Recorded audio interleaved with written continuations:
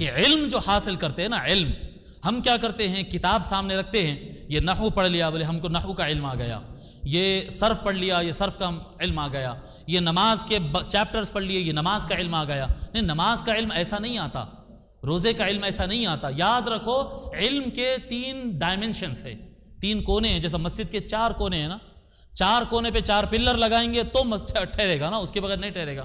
ویسا علم آنے کے لیے اگر کسی کو چاہیے علم، اس کے 3 کمپلسری پلرز ہوتے ہیں۔ جب تک یہ 3 کمپلیٹ نہیں ہوئے، اپنے آپ کو وہ مسئلے کا جاننے والا نہیں کہنا، جاننے والا نہیں کہنا اپنے آپ کو۔ 3 مسئلے ہوتے ہیں۔ کیا ہے 3 مسئلے؟ 3 مسئلے ہوتے ہیں۔ پہلی چیز ہے ماذا، دوسرا ہے لماذا، اور تیسرا ہے کیفا۔ ماذا کیا، واٹ، کیا کرنا ہے، نماز پڑھنا ہے۔ لماذا کیوں پڑھنا ہے، وائی، کیوں پڑھنا ہے، اللہ کے ذکر، واقیم الصلاۃ لذکری، اللہ کے ذکر کے خاطر نماز پڑھنا۔ تیسرا آتا کیفا، کیسا پڑھنا ہے، آؤ، سمجھ میں آ رہی بات؟ یہ علم کے پلرز ہیں 3، ماذا، لماذا اور کیفا۔ جب تک کسی مسئلے میں آپ کے پاس یہ 3 سوال کے اطمینان بخش جواب قرآن اور حدیث میں سے نہیں ہے، اس کا مطلب ہم وہ مسئلے کے جاننے والے نہیں ہیں، وہ مسئلے کے ہم جاننے والے نہیں ہیں۔ اور جواب ہمیشہ قرآن اور حدیث میں سے ہی ہونا ہے۔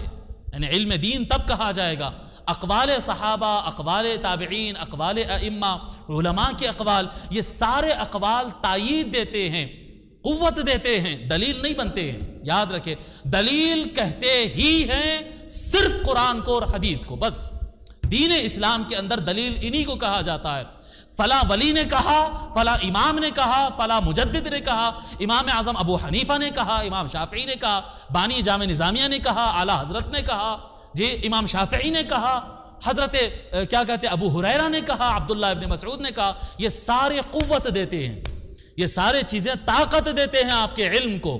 علم اساسی یہ نہیں ہوتا، علم اساسی صرف قرآن اور حدیث ہی ہے۔ دلیل، اگر کوئی دلیل کے طور پر کوئی عالم کا نقل پیش کرتا ہے تو مطلب وہ عام آدمی ہے، عالم نہیں ہے۔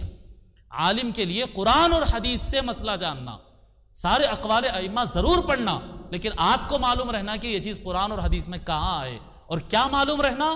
ہر مسئلے سے متعلق روزہ رکھنا ہے، کیا رکھنا ہے؟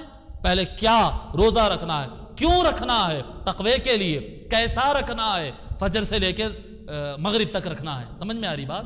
ماذا، لماذا، کیفا، یہ 3 ضابطے ہیں، یہ لازمی ہے۔ Don't forget to subscribe and press the bell icon to get notified.